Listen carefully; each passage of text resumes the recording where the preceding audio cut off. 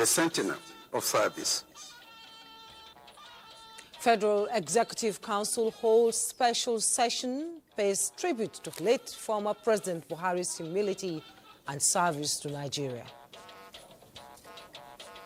And we are going to ensure that everybody is attended to, and that is why we are here. Right now, at this point, I can't apply for any job, nothing. I can't do nothing unless my NIN is active. An NTA special unravels the NIN crisis and NIMSI's response as Nigerians demand solutions.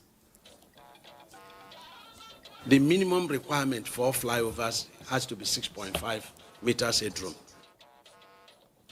Works Minister Dave Umahi orders closure of Abuja Kefi flyover after beam collapse. Hello and welcome to NTA Network News. I am Jummai Yusuf.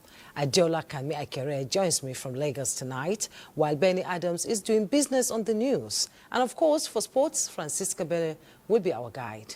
Remember, you can watch our live streams on your mobile devices on any of our social media platforms displayed on the screen. Now, special activities in honor of the passing of former President Muhammadu Buhari were taken a notch higher today as the Federal Executive Council members held an expanded special session to mourn the immediate past president. President Bola Tinubu, who chaired the special session in memory of his late political ally, renamed the University of Maiduguri after the former President Muhammadu Buhari. State House correspondent Musbah Udambahab reports, and the report will come in the course of the bulletin. In the meantime, the third day Fidaw prayer for the late former president has been held in Daura. State House correspondent Abdurrahman Jibrila reports that Vice President Kashim Shettima led the federal government delegation and was joined by former Nigerian Vice President Muhammadu Namadi Sambo and former Benino's President Thomas Boni Yayi, among other dignitaries. It is the third day after the burial rites of former President Muhammadu Buhari in Daura, and this gathering is to further pray for the repose of his soul.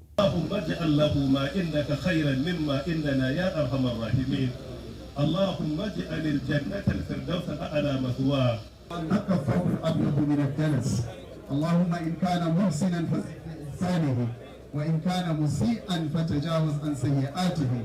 As has been said by the ulamas, prayers will continue even after this moment. So we urge you, even after you leave this place, to continue to pray. Remember in our supplications, as we are being reminded by the ulamas, so that the soul of our former president be accepted in Jannah. Bringing together religious leaders and members of the Federal Executive Council in honor of the late Muhammadu Buhari. We thank you, we thank Mr. President, and to the entire people across the world who have sent their condolences to the people of Katsina State, to the entire family of the late President Muhammadu Buhari. I stand here on behalf of the family, the good people of Katsina State, to thank all of you. In the Mukaddimah, Ibn Khaldun reminds us that the goal of civilization is the attainment of justice.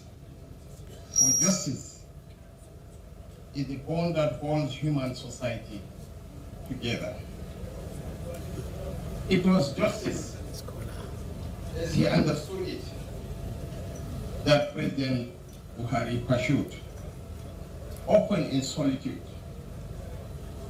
open is understood, but always with sincerity. History shall dissect his choices, probe his silences, but it shall never deny his commitment. He was not a man given to prayer, but to death. Not to flamboyance, but to fortitude. His was a life of deliberate restraint. President Bola Tinubu has, during the burial of the late former president, directed the vice president to not only bring the body of the former president back home from London, where he died, but also stay back and oversee the peaceful conclusion of the burial rites. From Daura, Katsina State, Abdurrahman Jibrila, NTA News. Now let's return to the special session of the Federal Executive Council held in Abuja today in memory of former late President Muhammadu Buhari.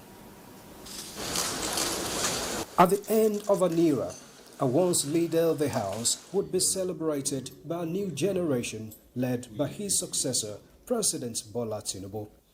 An unprecedented expansion session of the highest decision-making body of government came to order for the immediate past presidents who passed on. In addition to the leadership of the National Assembly, members of the immediate family of late President Muhammadu Buhari would equally witness the honor done to their late father. We meet to honor a man whose presence. His political ally and successor, Bola Tinubu, never lacks words to describe the late leader on a day like this. President Buhari's life was one of austere honor. He stood always ramrod straight, unmoved by the temptation of power, unseduced by applause, and not afraid of the loneliness that often visits those who do what is right, rather than what is popular. Was a quiet courage, a righteousness that never announced itself. His patriotism was lived more in action than in words. President Tinubu also illuminates the consistency in the life, time and character of late Buhari. President Buhari was not a perfect man, no leader is, but he was, in every sense of the word, a good man, a decent man, an honorable man. His record will be debated as all legacies are, but the character he brought to public life, the moral force he carried, the incorruptible standard he presented will not be forgotten. His was a life lived in full service to Nigeria and in fidelity to God. Other leaders and members of the cabinet also had their times to account the respective sides they saw in the man Muhammadu Buhari. A very principled man. He stood for something. And in a world where it is easy to chase headlines, he chose instead to chase on. Where others sought glory, he sought duty. His development vision reached beyond the present and into the future. The roads, railways, and bridges he built are lasting keys to the generations yet to unfold. A man whose life was woven into the fabric of our nation. A soldier, a patriot, a statesman, and above all, a devoted servant of the Nigerian people. And then an appreciation from the Buhari's family. It has showed that he was regarded far more than a politician, but regarded as a friend and a father. To all members of the Federal Executive Council, for the care and befitting state burial accorded to our late father, we appreciate you all. The former head of state was the second Nigerian who ruled twice with his second reign as a democratic leader between May 29, 2015 and May 29, 2023. President Muhammadu Buhari, who died at 82 in London, was laid to rest this Tuesday in his hometown of Dara. Naming of University of my degree of a new name as Muhammadu Buhari University Maiduguri.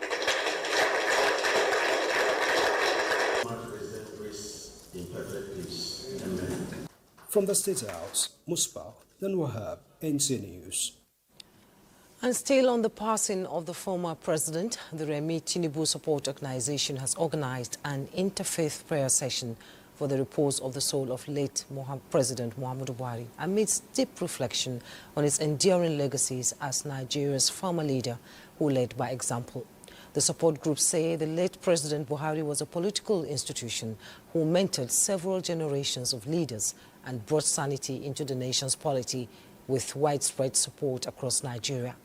Meanwhile, Senator Ibrahim Shekaru has also sent his condolences while expressing gratitude to Almighty Allah for the life led by the late former Nigerian leader. He praised Almighty Allah to grant him Al-Jannah Fidaw and added that Nigeria will surely miss Buhari's patriotic zeal and commitment. Similarly, the Executive Secretary of the Lake Chad Basin Commission and head of the Mission Multinational Joint Task Force, Ambassador Mamman Nuhu, has expressed his heartfelt condolences to the government and people of Nigeria, as well as the family of the late former president. He described former President Buhari as a visionary leader whose unwavering commitment to regional integration, security and development left an indelible mark on the Lake Chad Basin region. Now let's bring you up to speed with other news to our headliner for tonight. I'm sure you know that accessing healthcare, education, bank services, and even owning a SIM card in Nigeria now largely depends on one number. That is the National Identification Number. But for many Nigerians, especially in the FCT, getting that number of correcting simple errors has become frustrating and time-consuming ordeal. Our correspondent Victor Azu in an NTA exclusive brings us the voices behind the delays and the response from the National Identity Management Commission. Let's take a listen.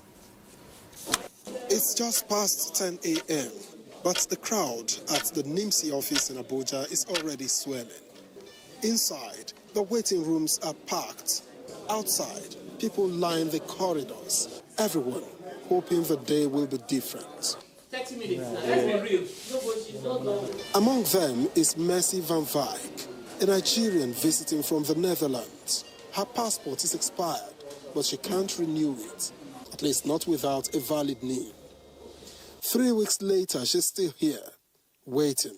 On Wednesday, I did the capture, actually.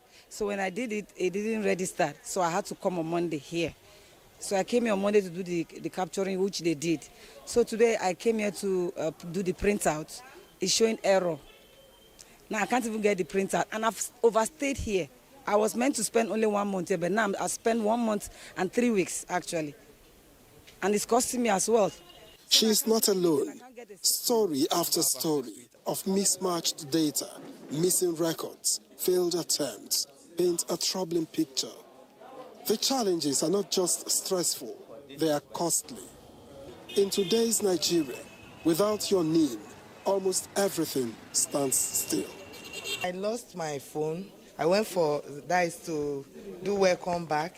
They told me NIN had network issues. So I've been coming. This is my 4th time. So up to now, nothing has been done. So I've been out of communication. Right now, at this point, I can't apply for any job, nothing. I can't do nothing unless my NIN is active. Inside, the staff try to manage the crowd, answer questions, and fix glitches. But the problems go deeper.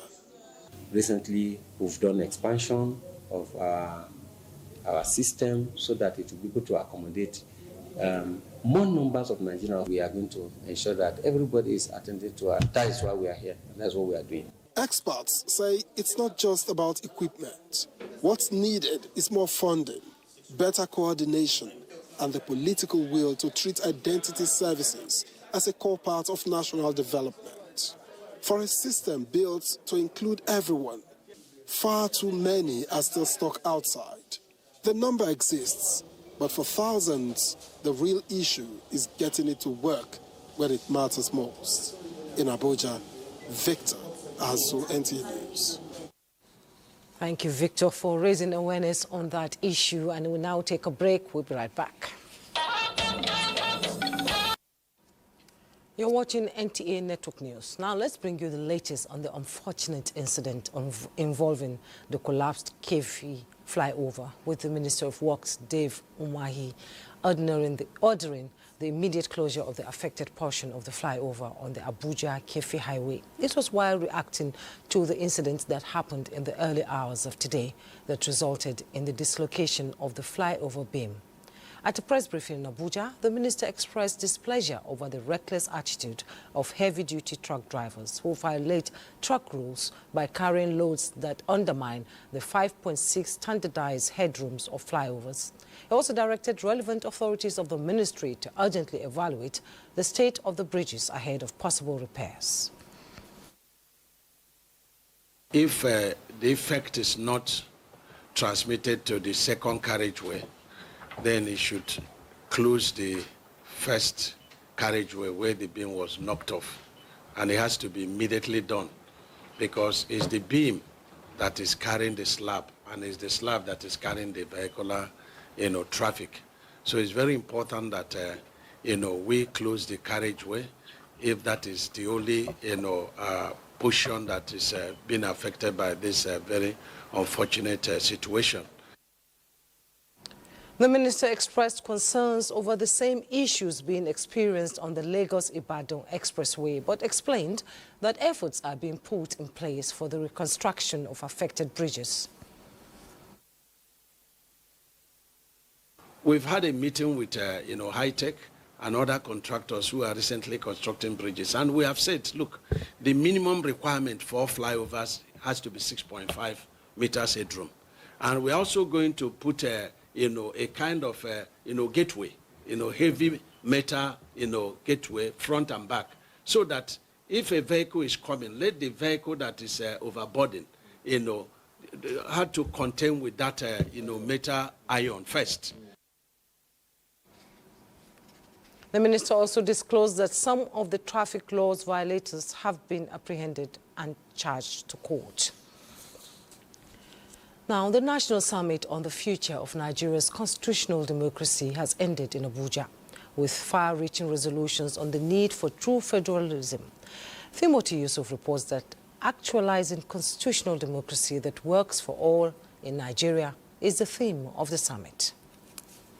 She's part of the process here.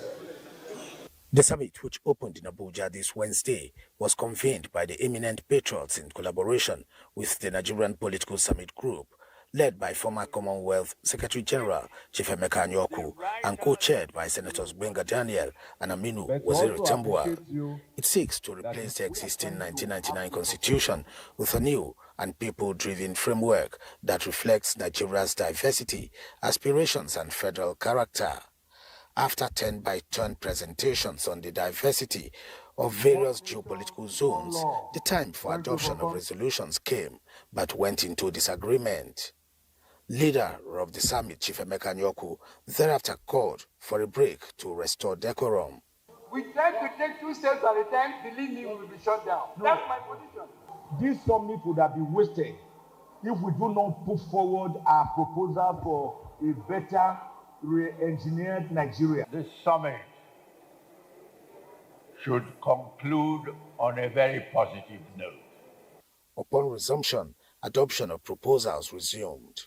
The summit calls for an immediate constitutional framework that will return Nigeria to a truly federal system of government where the federating units will enjoy their autonomy. Why are we agreeing on a constitution? So that every group of people within the nation should feel safe, feel, protected, preserved, within the countries. The draft legislative bill for a new constitution of Nigeria is expected to be presented to the Presidency and National Assembly. Timothy Yusuf, NTA News. The Independent National Electoral Commission, INEC, has extended the continuous voters registration exercise in Anambra State to Sunday, July 20th. This comes ahead of the November 8 governorship election in the southeastern states and after appeals for an extension beyond the Thursday, July 17th initial deadline. A statement by INEC's National Commissioner for Information, Sam Olumekong, urges eligible voters to take advantage of the extension as there will be no further consideration on the matter. The Commission will subsequently display the register for claims and objections at the end of the exercise on Sunday. Meanwhile, INEC has received 5 more letters of intent from associations seeking registration as political parties. This brings the number of applications received so far to 134. And still on politics and political inclusion in Nigeria, let's bring you a report on TAF Africa's Political Inclusion Index tool. This tool examines the level of disability inclusivity by INEC, political parties and the media and security institutions, as well as the role they play in the electioneering process. Wufan Shaji Ngwai has the report. The conversation here centers on political inclusion for persons with disabilities. Our interest is in you making sure that persons with disability takes their leadership role within the political party. The Political Index tool by TAF Africa is being assessed by key political and disability stakeholders to ensure compliance with Nigeria's Electoral Act and other provisions of inclusive practices and policies. The participation, active participation of people with disability in the highest level of policy making in the country is an essential step that needs to be taken. The Political Party Inclusion Index is a valuable tool that will help us track progress, identify gaps, and deepen accountability across party structures. The findings also indicate that INEC and other key institutions have made significant improvements. However, gaps remain in ensuring electoral accessibility.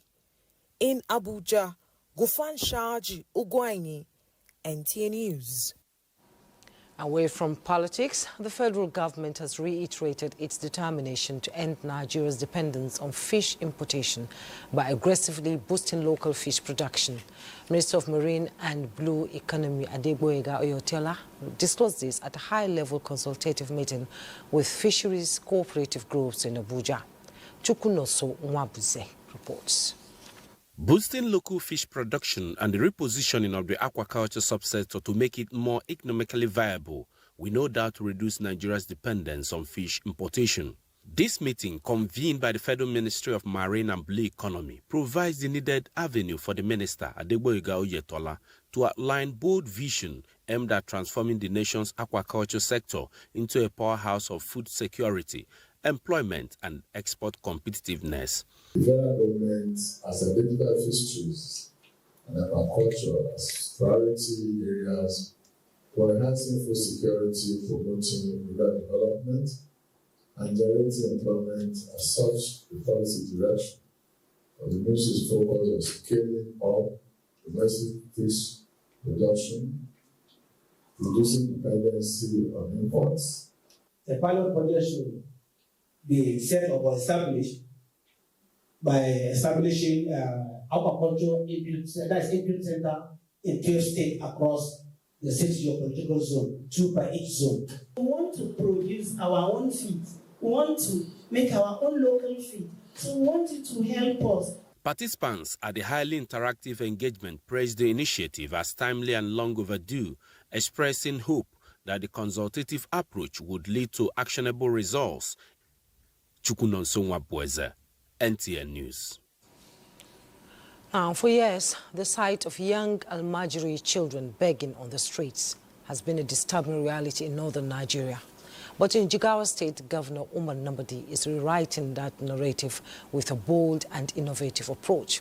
Mohammed Musa Askira reports that this will be done through provision of a modern Sangaya integrated schools designed to give these children both Islamic and Western education under one roof.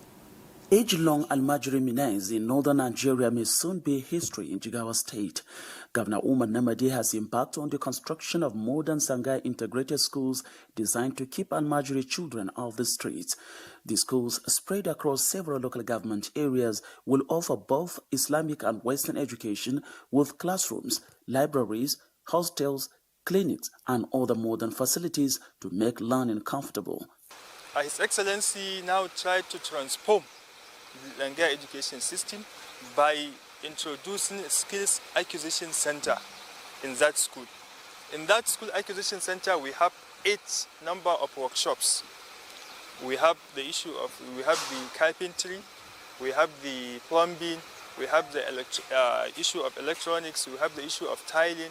So many skills and entrepreneurship. The first phase, now nearing completion, is expected to transform street children into educated and productive citizens, paving the way for a greater and self-reliant Jigawa state in the nearest future. From Duty, Muhammad Musa Askira, NTA News. Let's take a pause here as we join Adiola Kami Akere in our network center in Lagos for more on Network News tonight. Hello, Akami. Hi. To achieve inclusivity and educate autistic children to enable them attain their full potential, teachers and caregivers should begin to inculcate artificial intelligence tools to guarantee a more result-oriented learning experience for children affected by the spectrum. Joel Kokwola reports that experts are advocating capacity building for teachers handling children with special needs. Autism can be a pulsating experience for mothers and teachers, especially those who have difficulty communicating their needs. I have a 25-year-old daughter living with autism. The communication aspect is the most challenging part of it. Oyeyemi Adako, a special education expert, is changing this unwanted narrative by championing use of artificial intelligence to transform autism education and unlock the silent potential of autistic children. She knows that while the traditional classroom is not designed for neurodiversity, there are AI tools tailored to specific needs of the autistic children. For example, we've got like AI tools that use like robots, and when it talks, the child talks better. And at this point, I think it makes speaking, communication more better. We've got some AI tools that can dictate autism in early stage. And at this point, when it is dictated, the child can be able to manage, send them to schools where they belong to. For parents, teachers, and other stakeholders who have now been exposed to the endless possibilities of AI, they are hoping its impact in management of autism will yield the desired results. Those who have learning difficulty, so that tool is going to be of great help to them. But yes, I feel like AI is taking over the world right now, so AI is going to make it sure that it is easier to communicate effectively. As the relentless awareness campaign on autism continues, experts agree it is time to move from awareness to action. In Lagos, Joel Bukbola, NTA News. The Nigeria Customs Murtala Muhammad Area Command has reaffirmed the commitment of a command in the fight against economic saboteurs, security threats, and protection of wildlife species. This assurance was given by the area controller, Michael Awe, while disclosing the command's seizure and activities in the last 6 months. Balaji Hakim reports. Nigeria is regarded as a major transit route for illegal trafficking and trade in wildlife. To change the ugly narrative, Nigeria Customs Service is enhancing surveillance and strengthening security. This is evident with the interception of pangolin scales weighing 3,765 kilograms and 2 live pangolins by the Nigeria Customs Murtala Muhammad Area Command. The endangered animals have been handed over to the appropriate authorities. These seizures were the result of robust intelligence gathering. The command remains firmly committed to curbing all forms of unlawful trades. We will continue to enforce all applicable laws and regulations. Our life, the animals in the wildlife are going extinct from time to time because of some selfish individuals. Just like what we are seeing practically here. Elephants are not safe, pangolins and other wildlife species.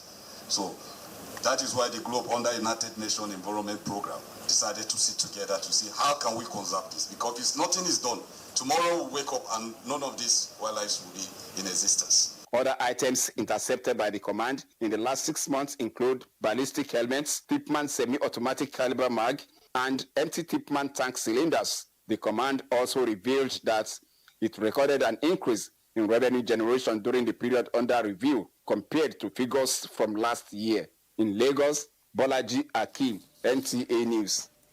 And we're done with our contribution. Busy Benny Adams will take us through the business segment of the news after this time out. Please stay with us.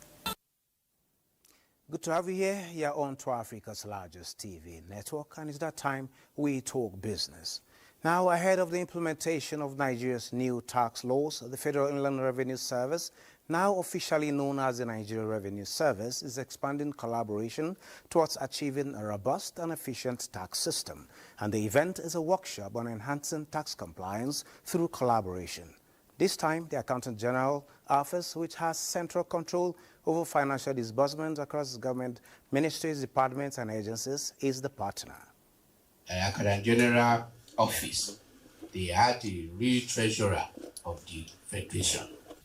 By leveraging of technology, therefore, strengthening accountability, and in promoting transparency and probity, we can significantly enhance compliance and boost government revenue for sustainable development. Both parties agree that despite significant technological strides, including Government Integrated Financial Management Information System, GIMIS, and the NRS own Tax ProMax platform, there are still lapses that need attention. The FRS says recurrent audit issues and issues around withholding tax deductions, VAT remittances, and stamp duty administration from the public sector has led to revenue losses stemming from technical limitations and a knowledge deficit that has to be addressed for Nigeria to attain a $1 trillion economy by 2030. And looking at the markets, at this time, the Nigeria equities markets crossed the 130-point mark, with all-share index up 1.02% as demand for First Wholesale and other industry shares were maintained. Looking at the numbers at this time, the numbers show that yes, we are having shares that are actually appreciating. Access Core is on the top trades, followed by First Wholesale, which was on the first spot as of yesterday. And on the third spot is Zenith Bank at this time. Looking at the losers, May Baker, Reed Briscoe, as well as Makio are today top losers. Tomorrow, they might just be the top gainers at this point. And looking at market capitalization, it is 82.2 trillion naira. This is it on business at this time. Jumai, I'm waiting for you to plug in. Thank you, Benny. Thanks for the business report there. Now, moving on. Governor Caleb Mutfwang is urging security agencies in Plateau State to double efforts in ensuring the safety of rural communities. This was during his visit to the communities attacked by gunmen in Riyom local government area of the state. Now, in company of top government officials, visited affected communities of Bakchid, Sub, Ranko, Fan, and Rim, where he commiserated with the people and reminded them that they are not alone in this grieving moment. Governor Mutfwang pleaded with the people not to take laws into their hands, saying there will be thorough investigation, and if there is any compromise on the side of stakeholders, it must be dealt with according to the law. We will use every means at our disposal to make sure that this comes to an end. Amen. Please be patient. Community leaders in the places visited narrated how the attacks were coordinated and appealed to the governor to assist them in any way he can. They are falling houses. Some are going there with their machetes, some with gun, shooting people, some with a carpet spraying on the houses. When they shoot, then the fire just burns the house. In Riyom, Indenyan and the Abuja, NTA News. Still talking security, the armed forces of Nigeria, in collaboration with other security agencies, will continue to deploy strategies to effectively combat the contemporary threats facing the country, with a view to restoring peace to all affected areas. The Director of Defense Media Operations, Major General Marcus Kange, affirmed this at the periodic update of ongoing armed forces operations in the country. Defense correspondent Olajide Bello reports. Troops of Operation Delta Safe, under the period of review, deterred oil theft worth 291,326,400, with breakdown of 201,345 litres of stolen crude oil, 29,730 litres of illegally refined automotive gas oil, 1,751 litres of dual-purpose kerosene, while 42 arrests were made. Between 10th to 16th July 2025, troops of Operation Hardin K sustained actions to deny Boko Haram and ISWAP terrorists freedom of action in the Northeast region as the Joint Task Force Northeast made 11 arrests of terrorist logistics suppliers, rescued 7 kidnapped victims and recovered a cache of ammunition. The Joint Task Force rescued 7 kidnapped victims and arrested 15 terrorists, while Joint Task Force Operation Safe Haven arrested 34 terrorists, rescued 8 kidnapped victims and made significant recoveries. As the Nigerian military strategizes to conclude these operations, I urge the public to continue to cooperate with security agencies, remain vigilant and report any suspicious activities to appropriate authority. The Armed Forces of Nigeria says it remains resolute to discharging its constitutional duties with the highest level of professionalism. Olajide Bello, NTA News. The Economic and Financial Crimes Commission says it will appeal the verdict of the Federal High Court Lagos Division, which acquits and discharges the former governor of Ekiti State, Ayo Fayose, from alleged money laundering case filed against him. The FCC states that it is already studying the ruling and preparing for an appeal. The former governor was rearraigned for alleged money laundering and stealing to the tune of more than 6 billion naira. Meanwhile, the EFCC has secured final forfeiture of Galaxy Hospital, 5 petroleum filling stations, several properties across the country, and 333 million naira. The final forfeiture order was granted by Justice Emeka Nwete of the Federal High Court, Abuja, following a motion on notice filed by the EFCC. The EFCC application sought the final forfeiture of the assets suspected to be proceeds of unlawful activities.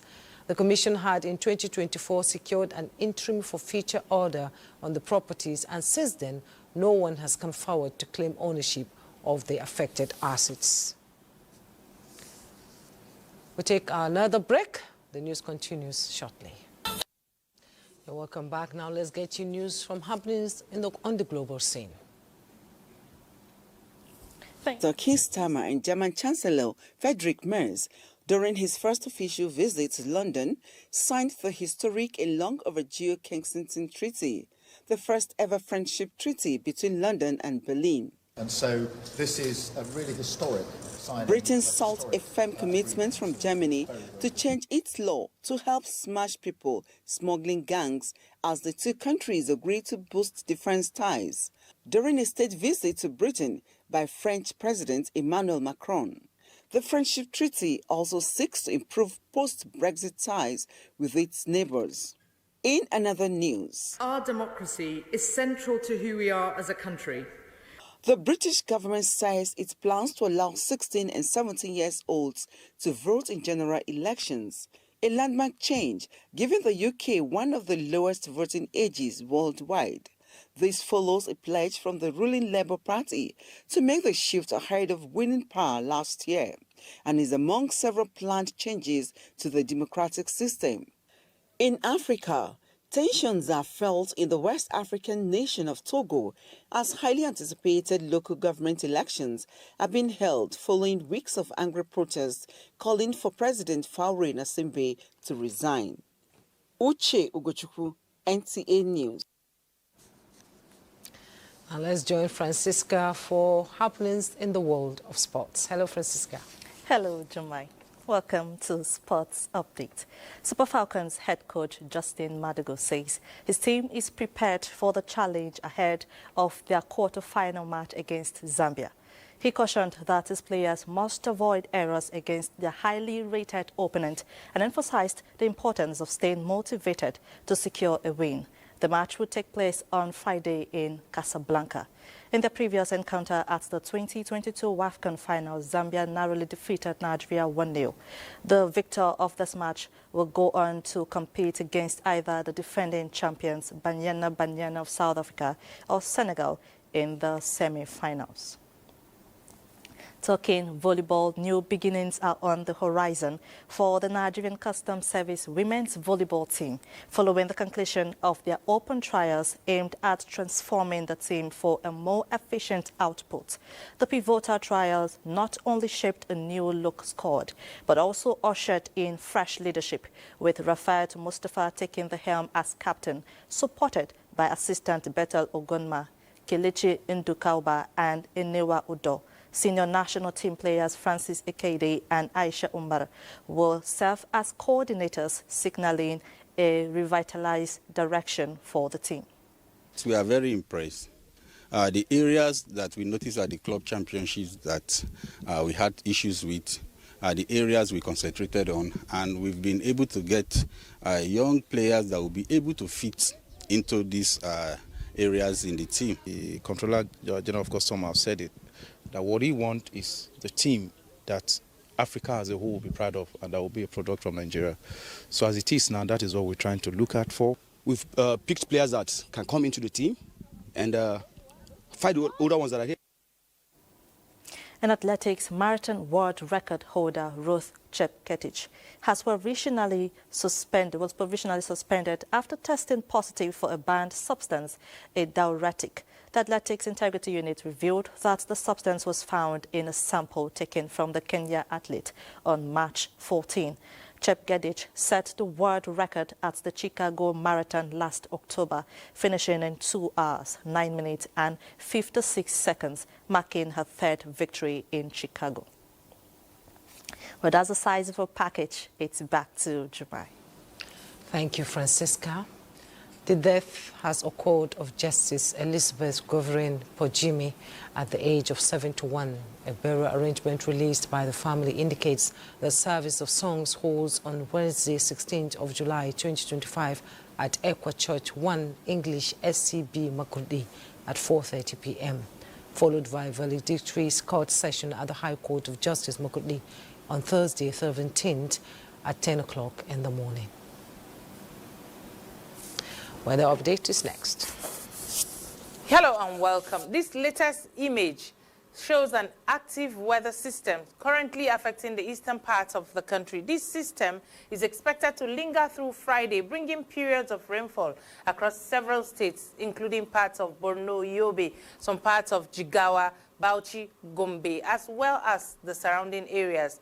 The rain will likely extend southwards, impacting parts of Nasarawa Plateau, the Federal Capital Territory, and parts of Benue. Moving to the southeastern region, cities there can also expect moderate to light rain showers. Now, as shown on the rainfall map projection, areas shaded in green, mainly over the western parts of the country, should expect light or no rainfall, with dryness persisting, particularly over parts of the southwest.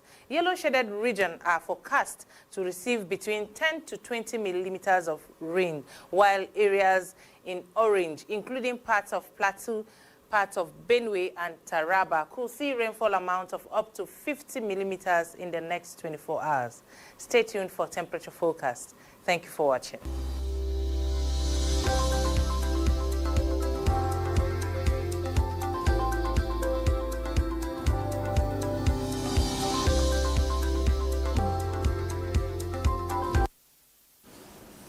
That's it on Network News Tonight. On behalf of the production crew, thanks so much for your time. I am Jummai Yusuf.